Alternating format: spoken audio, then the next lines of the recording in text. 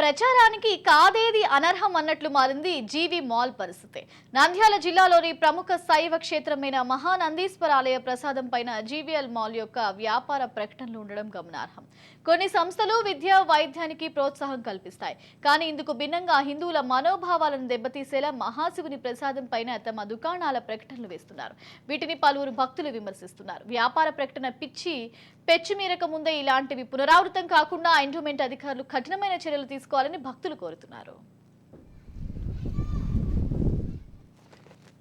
ప్రముఖ పుణ్యక్షేత్రమైనటువంటి మహానందీశ్వర స్వామి దేవాలయంలో లడ్డు కౌంటర్ నందు లడ్డు తీసుకునే వాళ్లకు ఆ కవర్ మీద జీవి మాల్ వారి స్టిక్కరింగ్తో పాటు కవర్ ఇస్తున్నారు. అది ఎందుకు ఇస్తున్నారు అనేది మాకు అర్థం కావడం లేదు. ఒకవేళ జీవి మాల్ వారు మహానందీశ్వరునికి కానుక రూపంలో అయితేనేమి, చందా రూపంలో అయితేనేమి ఏమైనా ఇచ్చిన ఎడల వాటిని ఏదన్నా పని రూపంలో అయితేనేమి దేవస్థానం పరిధిలో అడ్వర్టైజ్మెంట్లు వేసుకోండి. దానికి చాలా సంతోషం, అందరూ గర్వించదగ్గ విషయమే అది. కాకపోతే ప్రసాదం అనే కవర్ మీద మీరు స్టిక్కరింగ్ చేసి ఆ జీవి మాల్ను అంత పబ్లిసిటీ చేయడము ఒక మహానందీశ్వరునికి అది తగదని చెప్పి మేము కోరుకుంటున్నాము.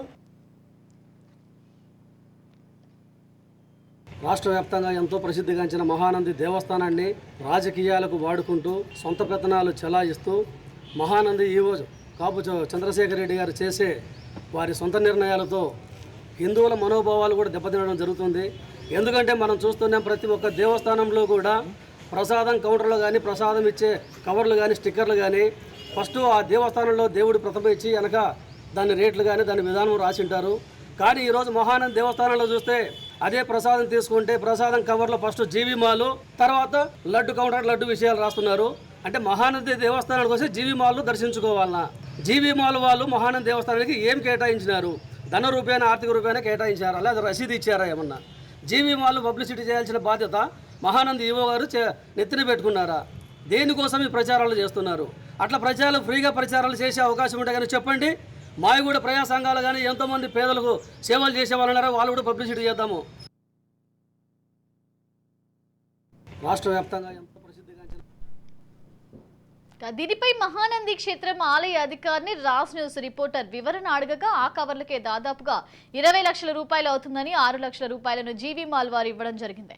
కానీ భక్తుల మనోభావాలు దెబ్బతినడంతో జీవి మాల్ స్టిక్కర్లతో ఉన్న ప్రసాదాలను నిలిపివేస్తామని వివరణ ఇచ్చారు.